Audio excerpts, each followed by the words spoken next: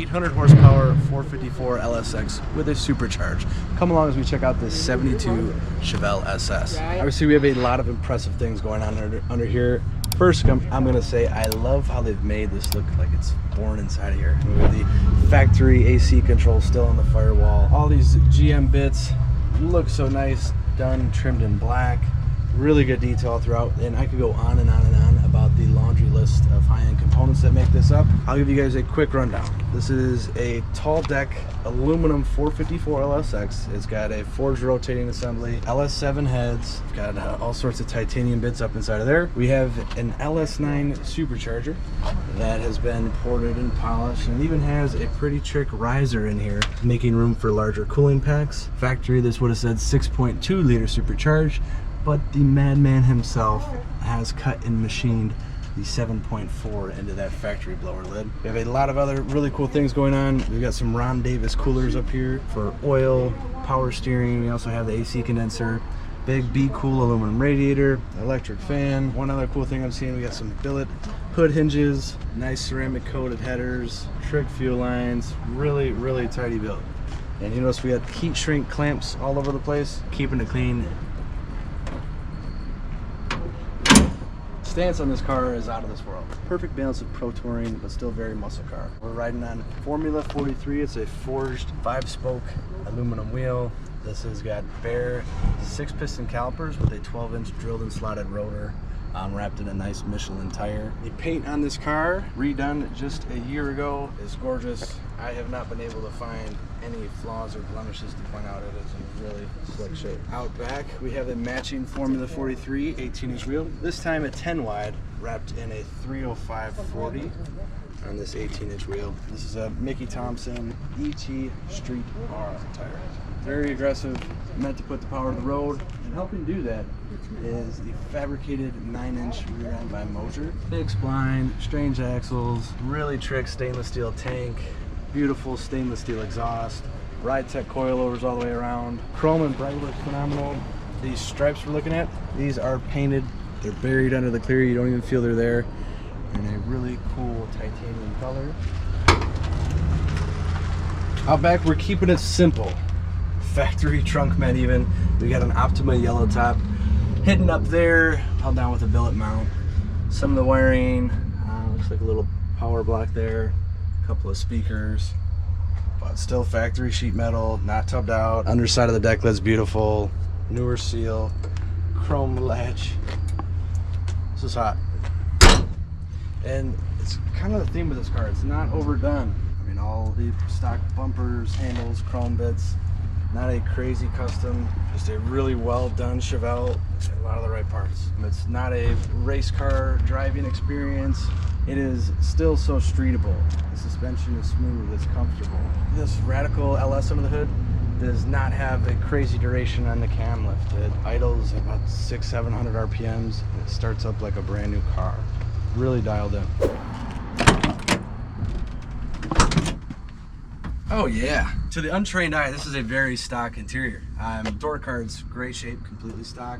We got remote mirror control over here, crank windows. But we've taken the factory material and slammed it on top of some nice adjustable base and back aftermarket buckets. Good bit of bolster. The original GM lap belts and shoulder belts are still functional. We have the factory 4-spoke wheel with the factory tilt column. All factory instruments that have been paired to work with the modern driveline in this thing, which is sweet. We've got a amp meter, tachometer, 120 mile speedo, which this can certainly outdo. We have an analog clock, little temp gauge, fuel gauge down over here. Right at home, a factory fitting but modern head unit. This has got AM, FM, even an aux hookup. And over here we have the factory AC controls working the air conditioning. Works like a dream. Console shifter. Underneath this is a built 4L80. It's a 4-speed automatic transmission by GM. They are known to be bulletproof, and this one has all the upgraded bits to take an extra bit of power. Dash pad looks great. We come across, give you a look inside of the glove compartment.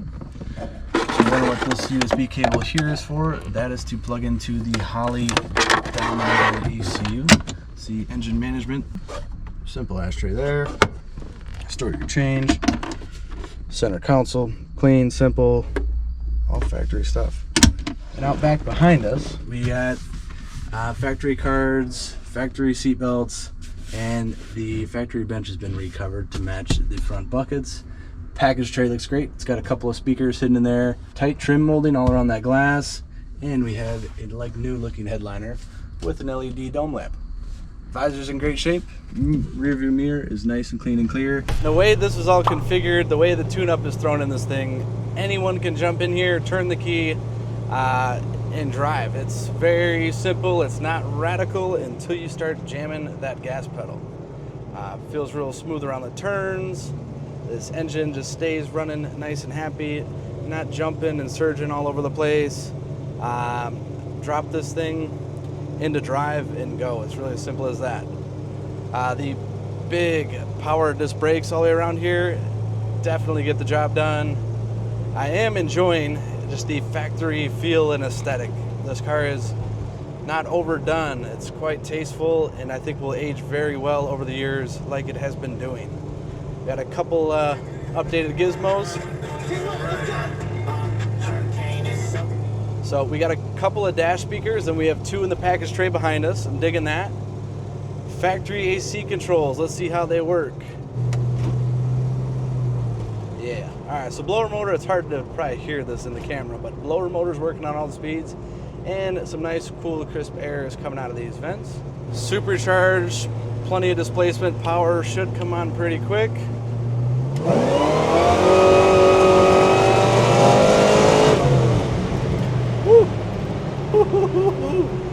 God dang. That's every bit. All right, let's do that again. From a 40 roll.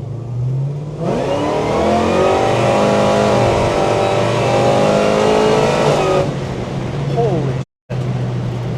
This is one fast car. This makes your heart go, man. Got a little bit of shake to you. It's just the right amount of power to scare you, but it stays in between the lines. You can control it. Wow. That was top of third. We just shifted fourth when I let out. Noise inside of the cabin, not a lot of wind noise, whole lot of supercharger whine. All our gauges in front are working. I might have mentioned this earlier. This car and this configuration has been on plenty of power tours. It's been across many state lines without hiccup, never been left stranded. And I do want to mention, this was built by the best of the best. Brian Thompson, Thompson Automotive. This is his personal car. He's owned this thing since the 80s, and you have seen it in a whole bunch of hot rodding magazines. This has been on display in the GM Tech Center. He played a big role in developing the LS engine and a whole lot of other go-fast bits GM has to offer for us today.